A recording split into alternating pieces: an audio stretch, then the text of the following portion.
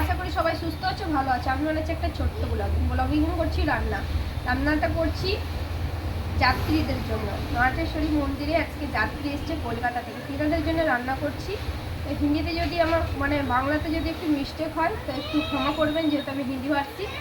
তো রান্নাতে করছি দেখুন শাক, আর করছি এদিকে কাতলা মাছ।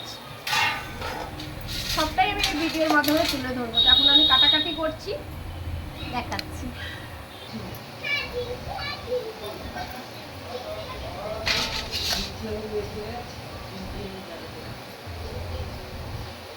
যেহেতু 3 জনের রান্না তাই আমি 4টেই বেগুন কাটলাম, 4 বেশি কাটলাম।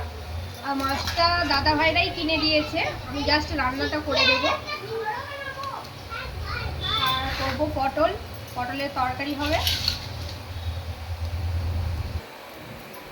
তরকারিটা করবো আমি কুমড়ো,